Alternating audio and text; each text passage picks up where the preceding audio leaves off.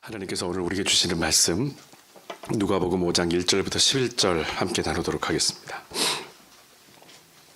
누가복음 5장 1절부터 11절의 말씀입니다.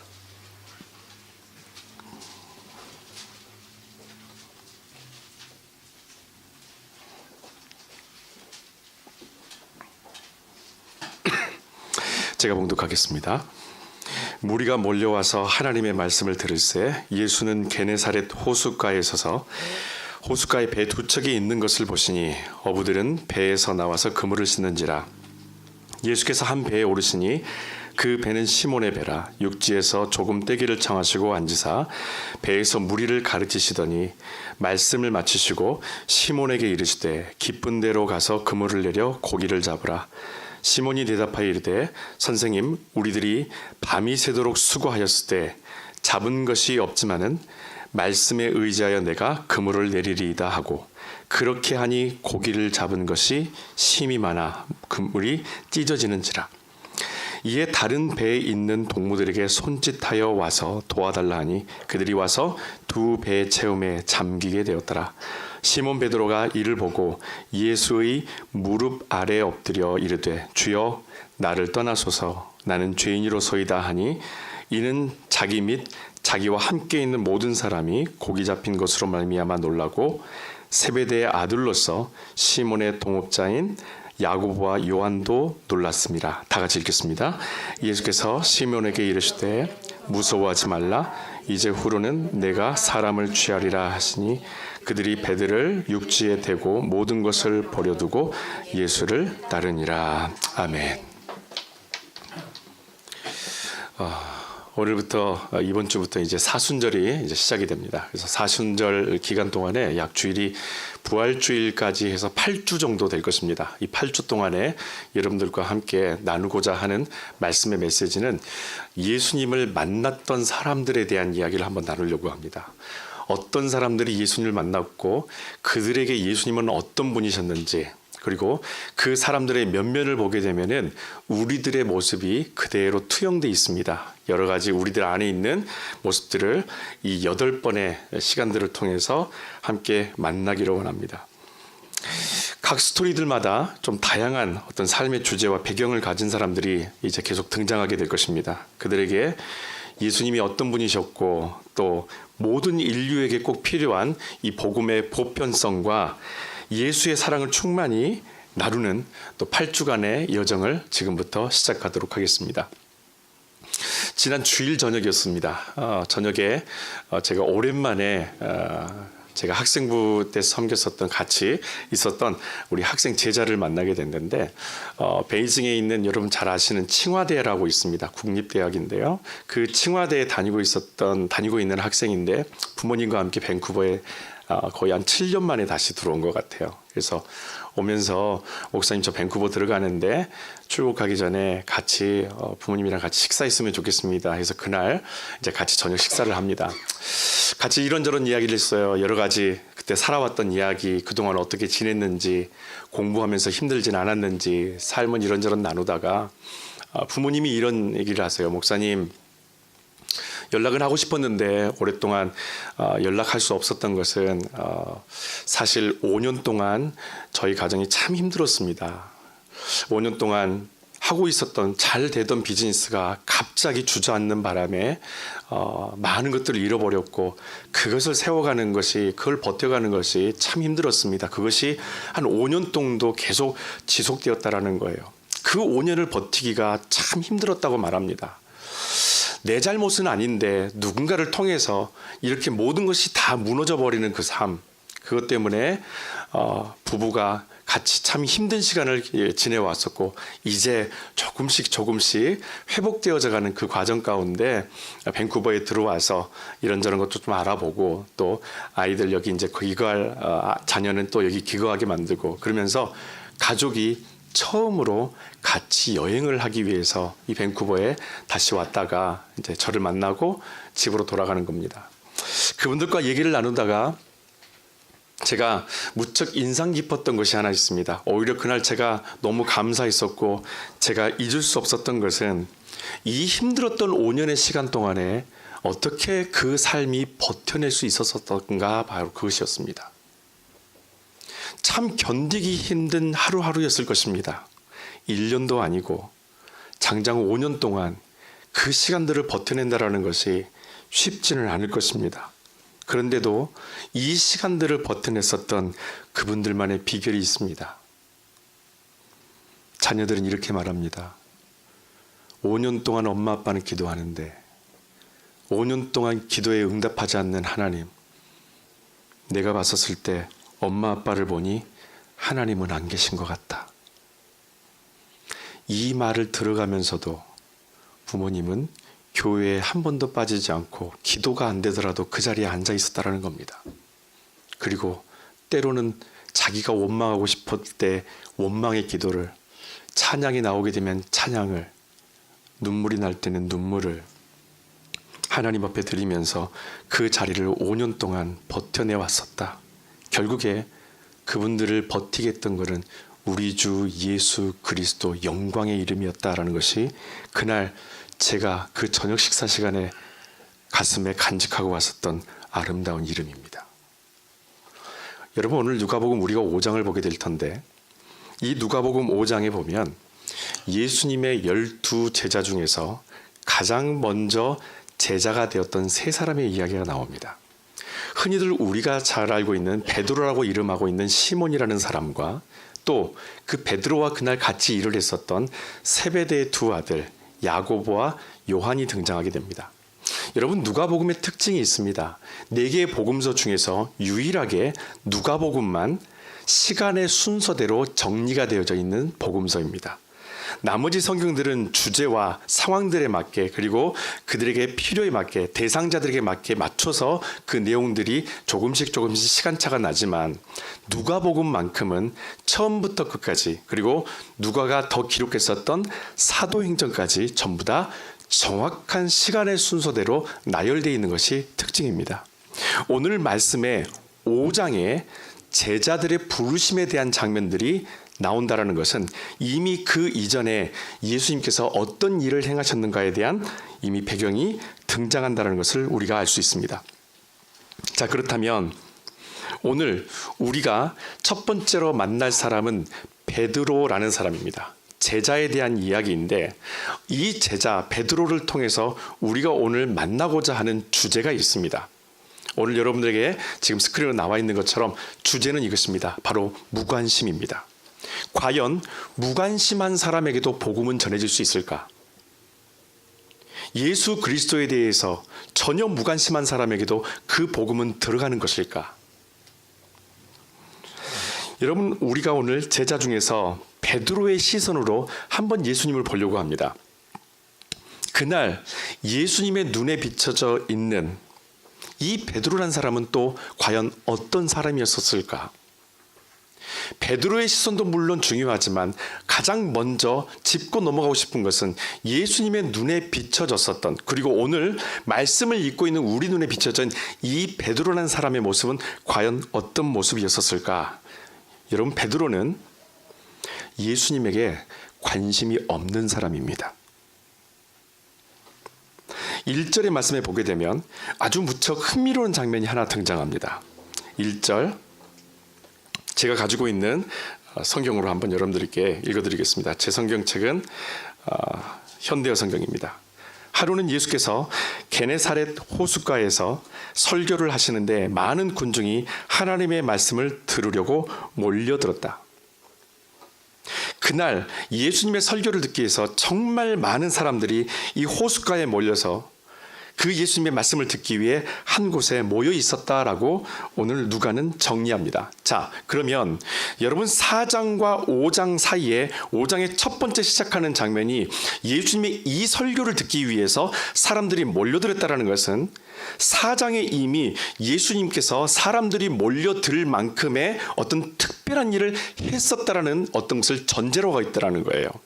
누가복음의 특징인 것처럼 시간 순으로 정리되어 있기 때문에 갑작스럽게 예수님을 따르거나 갑작스럽게 예수님의 설교에 그의 행보에 관심을 갖는 사람은 없습니다. 4장에 보게 되면은 우리에게 예수님께서 어떤 일을 행하셨는지, 왜 사람들이 예수님을 따랐는지에 대한 하나의 단서가 등장합니다.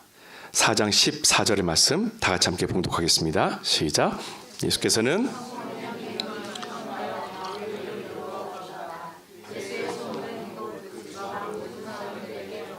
그렇습니다.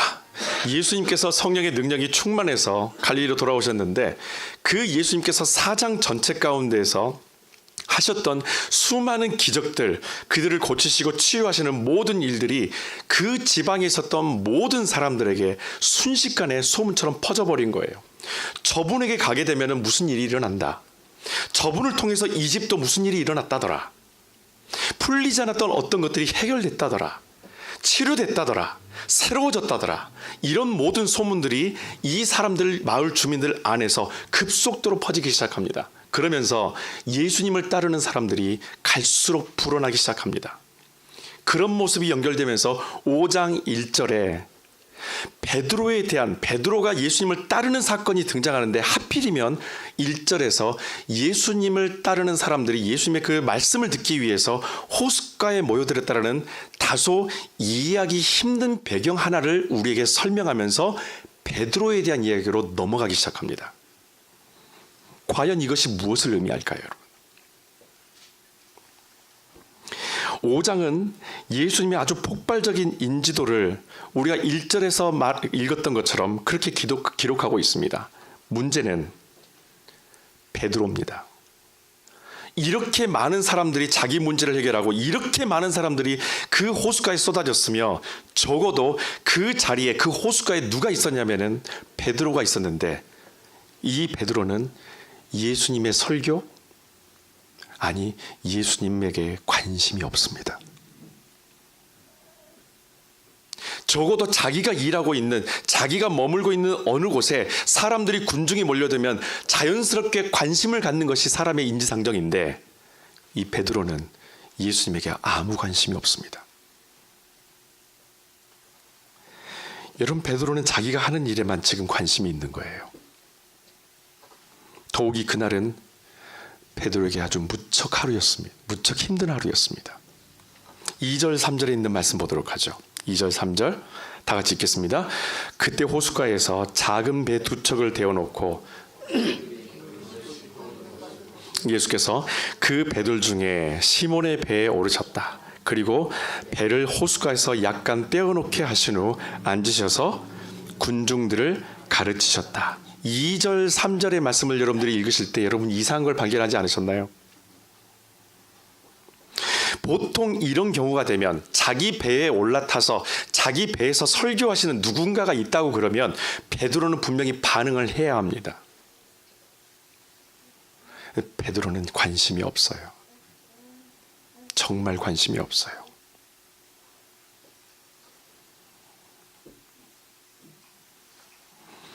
자기가 힘든 상황을 마주하게 되었었을 때 사람들은 일반적으로 누군가를 의지하기 마련이고 당시 예수님을 따랐던 많은 사람들의 그 따름의 이유 또한 그분의 가르침과 그분의 놀라운 행적 때문이었습니다. 그래서 4장에서 수많은 사람들을 고치신 사건 때문에 구름처럼 몰려든 사람들의 모습을 그려내고 있죠. 여러분 각자 자기 문제를 하나씩 안고 있는 사람들이 그 자리에 대부분 다 모여듭니다. 뭔가 내가 가지고 있는 문제를 해결하기 위해서, 나의 고민을 해결하기 위해서 무엇인가 들어야 되기 때문에 그 자리에 모든 사람들이 다 몰려들었다는 거예요. 그런데 정작 베드로는 끔찍도 하지 않습니다. 심지어 예수님이 자기 배에 오르셔서 설교하는데도 관심이 전혀 없는 거예요. 온통 머리에는 무슨 생각이 있을까요? 베드로는 이런 생각만 합니다. 왜 안 잡히지? 내가 이렇게 노력했는데 왜 안 되는 거지? 왜 밤새도록 내가 노력했는데, 밤새도록 나 고생했는데, 내가 너무 잘 알고 있는 일인데 왜 안 되는 거지? 나 익숙한데, 나 처음인 것도 아닌데 왜 이것이 잘 되지 않는 거지? 왜 안 잡히는 거지? 뭐가 문제일까? 왜 안 잡히는 걸까? 여러분, 베드로와 거기에서 예수님의 설교를 듣고 있는 사람들 모두가 각각 자기만의 문제를 다 가지고 있습니다.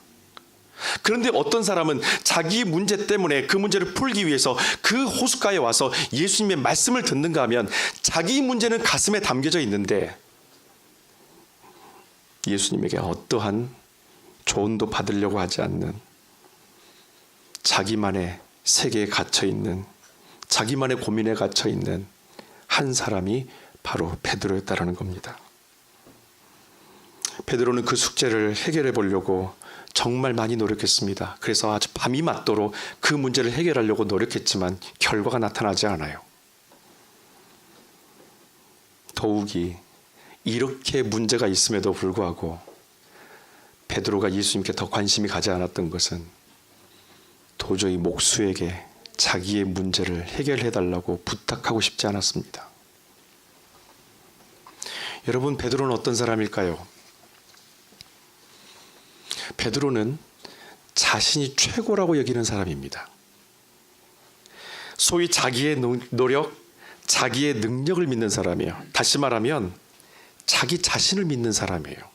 내가 이렇게 노력하게 되면 결과는 반드시 나타날 거야. 예수 없어도 괜찮아. 저 사람의 가르침 없어도 상관없어. 내가 열심히만 일하게 되면, 나 능력이 있으니까, 나 기술이 있으니까, 나 이만큼의 어느 정도의 나는 능력을 다 가지고 있으니까 적어도 이 바닷가에서, 이 호숫가에서 나만큼 프로페셔널한 사람이 없어. 자부하고 있었던 사람이 사실은 베드로예요. 무척 책임감도 강했던 사람이 베드로입니다. 그렇기 때문에 베드로는 아침까지 포기할 줄 모르고 계속해서 그물을 내리는데 성경의 기록에 보면 단 한 마리도 건져내지 못합니다.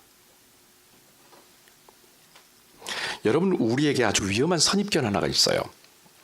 크리스찬들이 가지고 있는, 우리가 가지고 있는 선입견은 이것입니다. 상대방이 어려운 상황 가운데 있지 않다면 내가 그 사람에게 복음을 전하는 것이 쉽지 않다라는 선입견을 갖고 있습니다. 상대방이 어려워야 내가 복음을 전할 때 쉽게 들어가게 되고, 상대방이 힘들어야, 문제가 있어야, 어떤 것을 가지고 고민을 하고 있어야, 풀지 않는 문제를 어떤 걸 갖고 있어야 내가 그때 복음을 전할 때 저 사람에게 복음이 들어가지. 저 사람이 아무 문제 없는데, 아무 어려움도 없는데, 고민도 없어 보이는데 과연 내가 복음을 전한다고 들어갈까? 과연 이 복음이 그 사람에게 들어갈까? 관심도 없는 사람에게 내가 복음을 전한다고 해서 이 복음이 정말 들어갈 수 있을까? 어쩌면 은근히 그런 상황이 발생하기를 속으로 바랄지도 모르겠습니다. 그래, 일 좀 터져라. 어려움 좀 생겨라. 그래서 네가 예수 좀 만나게. 여러분, 기독교의 복음은 관심 있는 사람에게만 보이는 벌거벗은 임금님의 보이지 않는 옷이 아닙니다. 예수 그리스도의 복음은, 생명의 복음은 그 사람이 관심이 있든 없든지 간에 반드시 전해지게 되어 있고, 그 복음은 그 안에 들어가서 생명력 있게 역사하는 것이, 그것이 복음의 능력인 줄로 믿습니다. 그런데 우리의 생각 가운데에서 과연 그게 들어갈 수 있을까? 원하지 않는 것 같은데, 바라지 않는 것 같은데, 과연 내가 전했었을 때 저 사람이 복음을 들을 수 있을까? 여러분, 하나님은 늘상 사람들에게 무관심을 받아왔습니다. 태초에 세상을 창조하신 다음에 사람들은 끊임없이 하나님과 멀어지려고 만들었고, 사람들은 그 하나님과 멀어지면서 하나님께 자꾸 무관심해져 가려고 합니다. 하나님, 제발 좀 멀리 떨어져 계십시오. 내가 알아서 좀 하겠습니다. 내 기분과 내 상황과 내 두려움과 내 감정에 따라서 좀 알아서 할 테니까 조금만 뒤로 더 물러서 주십시오. 지금 힘듭니다. 지금 두렵습니다. 약속은 하신 땅이지만 도저히 두려워서 못 가겠습니다. 조금만 더 밀어주십시오. 그러면서 점점점 하나님으로부터 관심이 멀어질수록 하나님을 밀어내기 시작합니다. 이게 성경의 역사였어요. 하나님은 늘상 사람들에게 무관심의 대상이 되어져 갑니다. 갈수록 하나님에 대해서, 기독교에 대해서, 복음에 대해서 세상은 관심 가지려고 하지 않습니다. 그럼에도 불구하고 먼저 하나님은 관심을 보입니다. 우상을 만드는 아버지의 아들로 살아왔었던 아브라함을 우리가 압니다. 아버지의 가업을 이어받으면 미래가 확실히 보장되는 전도 유망한 청년 사업가가 바로 이 아브라함이라는 사람이에요. 우상이 불티나게 팔려나갑니다. 사람들 안에 두려움이 있습니다. 하나님은 멀리 하는데, 하나님에게는 무관심하는데 점점점 그들 안에는 두려움이 쌓여갑니다. 그래서 어떻게든지 한번 의지해 보려고 우상들을 하나 둘씩 만들다 보니 결국에 우상 비즈니스가 최고의 대박을 터뜨립니다. 아브라함은 부족함이 없는 재벌 2세였어요. 하나님 관심 없습니다. 왜?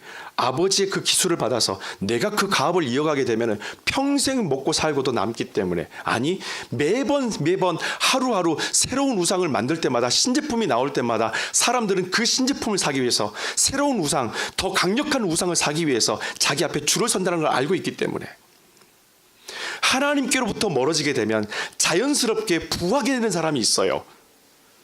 그 사람의 마음은 하나님으로부터 전혀 가까워질 수가 없습니다. 무관심해지는 거예요. 당연한 거예요.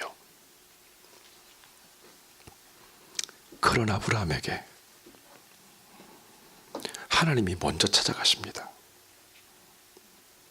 아무것도 필요치 않고 아무것도 관심이 없고 아무것도 부족함이 없다고 하는 바로 그 아브라함에게 하나님이 먼저 찾아가십니다.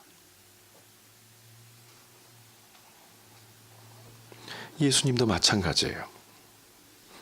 하나님께서 그러셨던 것처럼 예수님도 무관심한 베드로에게 먼저 찾아갑니다.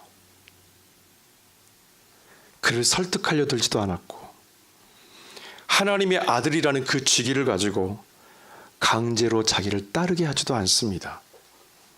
다만 이 무관심한 베드로에게 예수님께서 하신 한 가지가 있습니다. 그를 위로해 줍니다.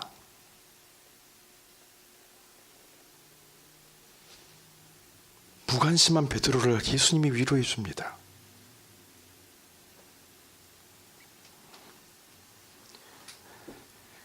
예수님은 자기에게 무관심해서 이 베드로에게 너 나를 따르든지 말든지, 예수님 자신도 동일하게 무관심으로 대하지 않습니다.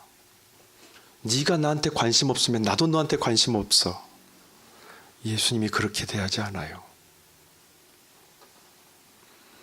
대중의 설교가 모두 다 끝난 후에 밤새도록 고생했었던 이 베드로를 예수님이 위로해 줍니다. 4절 말씀만 보도록 할게요. 4절 말씀 다 같이 읽습니다. 예수께서 말씀을 다 마치시고 시몬에게 이제 깊은 데로 나가서 그물을 내려라. 그러면 많은 고기가 잡힐 것이다 고 말씀하셨다. 베드로는 머릿속에 혼자 고민하고 있었던 게 뭐예요? 왜 안 잡히지? 왜지?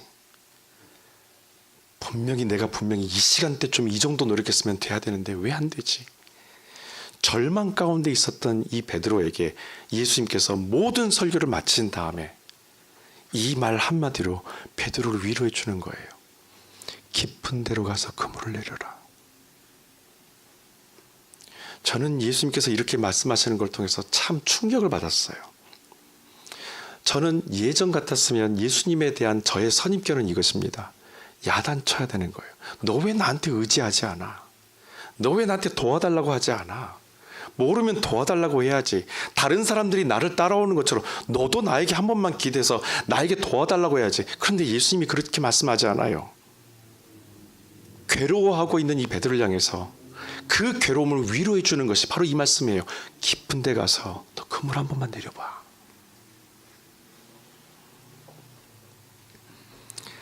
베드로가 예수님께서 이렇게 말씀하심을 통해서요, 처음으로 자기의 고민과 괴로움을 예수님께 털어놓습니다. 5절 말씀입니다. 다 같이 읽습니다. 시몬이 대답하였다. 선생님, 저희가 어제 밤새도록 예를 썼으나 한 마리도 잡지 못하였습니다. 그러나 선생님이 그렇게 말씀하시니 다시 해보겠습니다. 이전에 예수님께서 이 배를 빌릴 때도 대답이 없었고 가까이 오셨을 때도 아무런 반응이 없었어요. 그런데 예수님께서 이 베드로의 이 괴로운 마음을 위로해 줬었을 때 베드로가 그럽니다. 선생님, 제가 밤새도록 고생했거든요. 안 돼요. 정말 해보려고 몸부림쳤는데 안 돼요.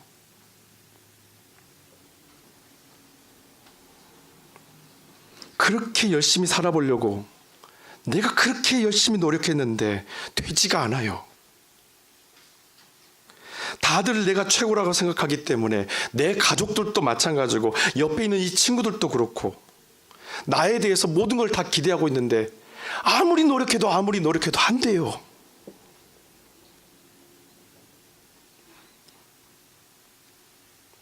처음으로 베드로가 이 안 되는 풀리지 않는 이 문제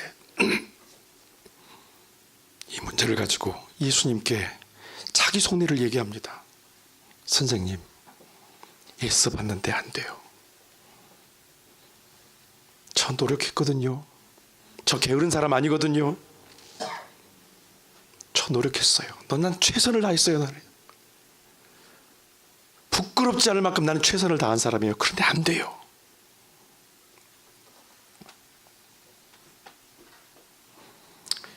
여러분, 사람은 겉으로 보기에는 강할 것 같지만 강하게 보이기 위해서 살아가는 것이 우리들의 겉모습입니다. 원래는 강하지 않은 존재들이에요. 베드로가 그 답답함을 처음으로 예수님께 털어놨고 그 순간 그에게 아주 놀라운 일이 일어나는 거예요. 자신의 문제를 베드로가 누군가와 상의하기 시작합니다. 늘 자기의 문제를 스스로 해결하려고 스스로 고민하고 스스로 괴로워했었던 이 베드로가, 스스로 삭히려고 했었던 그 베드로가, 속이 문드러졌었던 그 베드로가 오늘 예수님을 만나는 순간,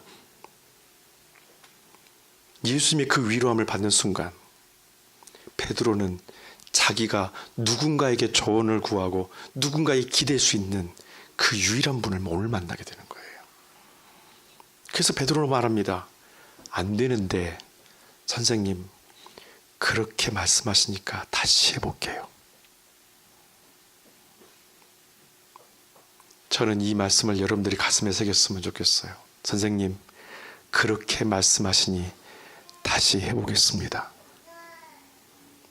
주님, 그렇게 말씀하시니 저 다시 해보겠습니다.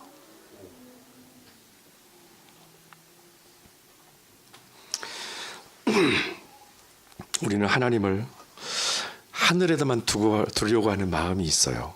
가끔 가다가 우리는 하나님을 저 멀리 하늘의 높은 곳에만, 이렇게 높은 보좌에만 모시다 놓고 싶어하는 그런 마음들이 있습니다. 그러나 여러분, 하나님은 하늘에 계시는 것보다 우리 가운데 오시는 것이 그분의 뜻입니다. 멀리 있고 싶은 것이 아니라 우리 가까이에 계시고 싶으신 것이 주님의 마음이에요. 그래서 예수님을 보내십니다. 사순절에 우리가 왜 예수 그리스도를 묵상해야 됩니까? 하나님께서 우리 가운데 거하시기 원해서, 하나님께서 멀리 계시는 것이 아니라 우리 가까이 거하시고 싶으셔서 당신이 직접 오셨던 사건이 예수 그리스도의 임재 아닙니까? 우상을 섬기는 사람들은 신에 대한 두려움 때문에 자기 자신을 스스로 노예가 되게 만듭니다. 그러나 예수님은 당신에게 무관한 사람들에게 먼저 은혜를 베푸십니다. 전혀 당신에게 무관심한 사람에게 예수님께서 가장 먼저 행하시는 것은 그 사람에게 어려움을 주는 것이 아니라 그 사람에게 먼저 은혜를 베푸시는 거예요. 하나님을 여러분 오해하지 마십시오. 하나님이 자기를 믿게 하기 위해서 우리에게 먼저 힘든 일을 준다, 어떤 어려운 상황을 준다, 우리를 고난 가운데 빠뜨린다? 아니요. 우리가 그냥 마주치는 고난의 현장에서 가장 먼저 구원의 손길과 밧줄을 내리신 은혜의 주님이 우리 하나님 여호와신 줄로 믿습니다. 베드로가 그 하나님을 오늘 만난 거예요. 그렇게 무관심했었던, 바로 자기 옆에서 자기 배에서 설교하시는 그 예수님께 무관심했었던 자기에게 그 주님이 먼저 오셔서 은혜를 베푸시니 베드로가 자기 입술을 열기 시작합니다.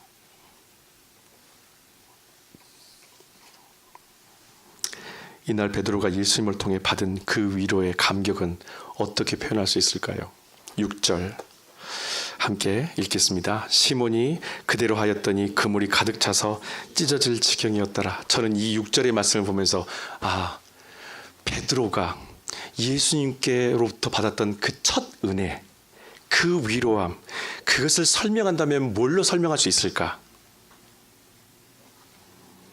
터질 것만 같은 은혜. 감당할 수 없을 만큼 내 안에 터질 것만 같은 은혜.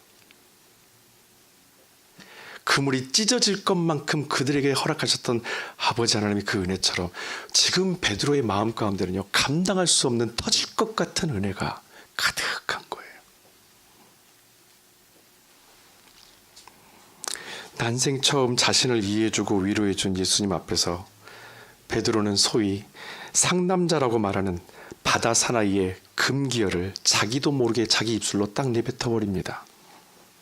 성경 말씀 한번 돌아가서 볼까요? 8절 다 같이 읽습니다. 시몬 베드로가 이것을 보고 예수 앞에서 무릎을 꿇고 주님, 제게서 떠나주십시오. 저는 주님을 모시기에는 너무나 부족한 죄인입니다 하고 말하였다. 상남자 중에 상남자, 실패를 모르고 그 실패 자체를 늘 숨겨왔었고 자기가 무엇인가를 해결해 보려고 노력하려고 모든 것을 해결해 보려고 했었던 그 베드로, 이 베드로가 이 예수님의 은혜를 만난 순간에 지금까지 한 번도 인정하지 않았던 걸 인정합니다. 선생님, 저 죄인입니다. 선생님, 제 실수입니다. 선생님, 제가 부족한 거 이제 인정합니다.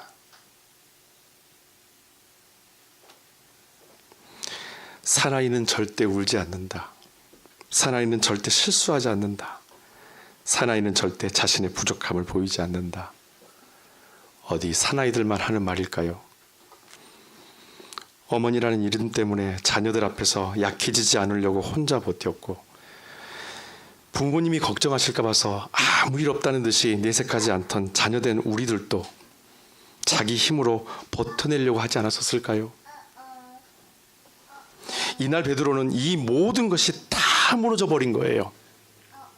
사나이로서 지켰던 모든 자존심들, 내가 가지고 있었던 그 모든 내 안에서의 어떤 능력들, 내가 최고라, 내가 할 수 있다라고 했었던 모든 자만심까지 전부 다 무너져 버린 거예요.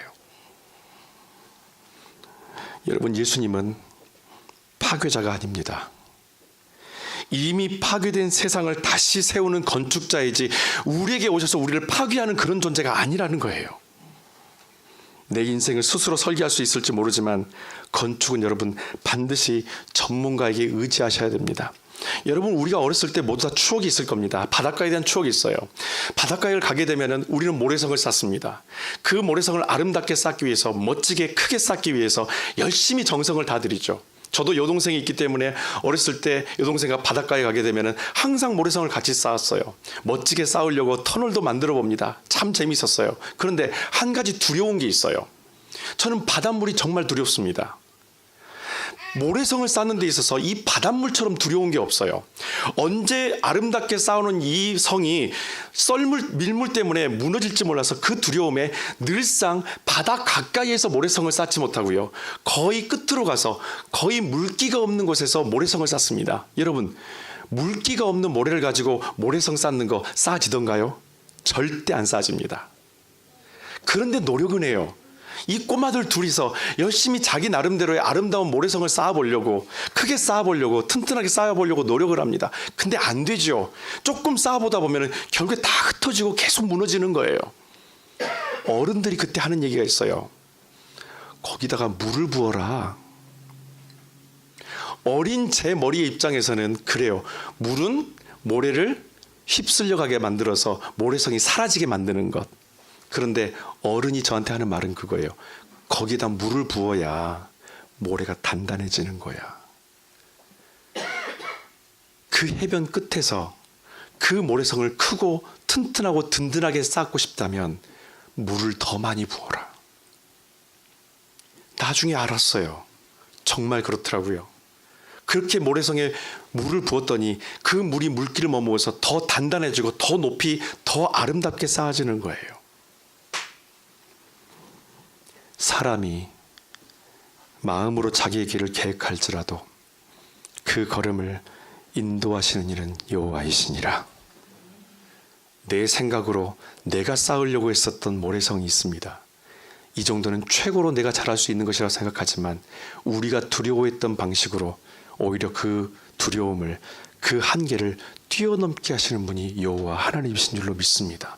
나에게 그 모래에 물을 부으라고 말씀하신 분이 여호와 하나님이신 줄로 믿습니다. 8절에 보면은 주님, 제게서 떠나주십시오.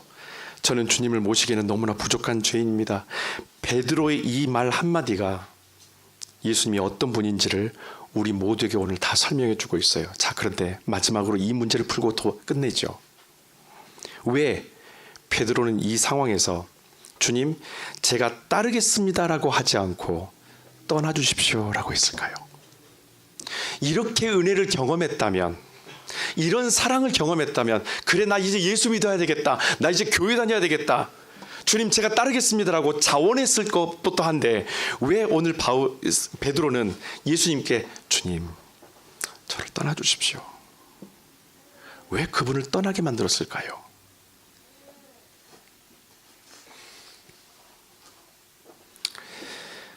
예수님은 베드로가 평생 주님 안에 거해야 하는 이유를 그에게 알게 하셨습니다. 베드로는 그 이유 때문에 두려웠던 거예요. 자기가 감히, 나 같은 자가 감히 그분을 따른다, 그분의 제자가 된다라는 거, 그것이 자기한테는 감당할 수 없는 일이라는 거예요. 사람들은 내가 알고 있는 지식과 능력이 곧 내 자신의 아이디 카드인 걸로 착각합니다. 내가 이 정도 알고 있으니까, 이 정도 내가 능력이 갖고 있으니까 이것이 나야 라고 설명을 하게 될 것입니다. 그런데 베드로는 예수님을 만나서 자신의 진짜 아이디 카드를 찾아냅니다. 그것은 그분의 은혜가 아니고는 그분 곁에 갈 수 없는 존재라는 것을 찾아내게 돼요. 그분의 은혜가 아니고서는, 그분이 먼저 내밀어 주신 그 손이 아니고서는 나는 감히 그분께 갈 수 없는 존재라는 것을 이제 인식하게 된다는 거예요.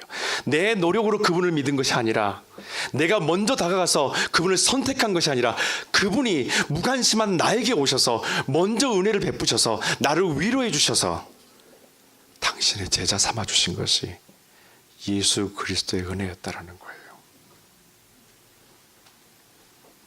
이제 주님이 베드로에게 말씀하실 차례죠.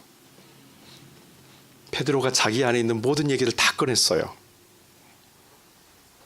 예수님은 베드로가 이제는 주님을 따를 수 있도록 어부가 이해할 수 있는 언어로 그에게 말씀하십니다.